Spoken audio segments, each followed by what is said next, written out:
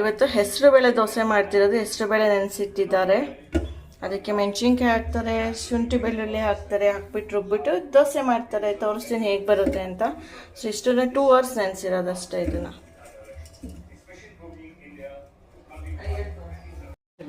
ಹೆಸರುಬೇಳೆಗೆ ಈಗ ಮೆಣಸಿನ್ಕಾಯಿ ಹಾಕ್ತಿದ್ದಾರೆ, ಬೆಳ್ಳುಳ್ಳಿ ಹಾಕ್ತಿದ್ದಾರೆ, ಶುಂಠಿ ಹಾಕ್ತಿದ್ದಾರೆ, ಸ್ವಲ್ಪ ಅರಿಶಿಣ, ರುಚಿಗೆ ತಕ್ಕಷ್ಟು ಉಪ್ಪು. ಬೇಕಾದ್ರೆ ಆಮೇಲೆ ಹಿಟ್ಟಿಗೆ ಹಾಕೋಬೋದಲ್ಲ ನೋಡಿ, ಸಾಲಿಲ್ಲ ಅಂದರೆ ಹಿಟ್ಟು ಓಕೆ. ಇದನ್ನು ಗ್ರೈಂಡ್ ಮಾಡ್ಕೊಳ್ಳೋದಷ್ಟೇ.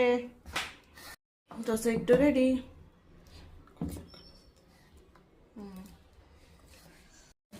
ಸೊ ದೋಸೆ ಹೊಯ್ದಿದ್ದಾರೆ ಇವಾಗ ಹೆಸರು ಕಾಳಿಂದ, ಹೆಸರು ಬೇಳೆ. ಇದಕ್ಕೆ ಈರುಳ್ಳಿನ ಹಾಕ್ತಾ ಇದ್ದಾರೆ, ಆ್ಯಂಡ್ ಸ್ವಲ್ಪ ಕೊತ್ತಂಬರಿ, ಅಷ್ಟೇ ರೆಡಿ ಆಯಿತು. ಇದಕ್ಕೆ ಟೊಮೊಟೊ ಚಟ್ನಿನ ಹೆಚ್ಕೊಂಡು ತಿಂದರೆ ಹಿಂಗಿರುತ್ತೆ ಗೊತ್ತಾ. ವಾವ್, ಓಕೆ ನೋಡಿ ಈ ಥರ ಗರಿ ಗರಿಯಾಗಿ ಬಂದಿದೆ.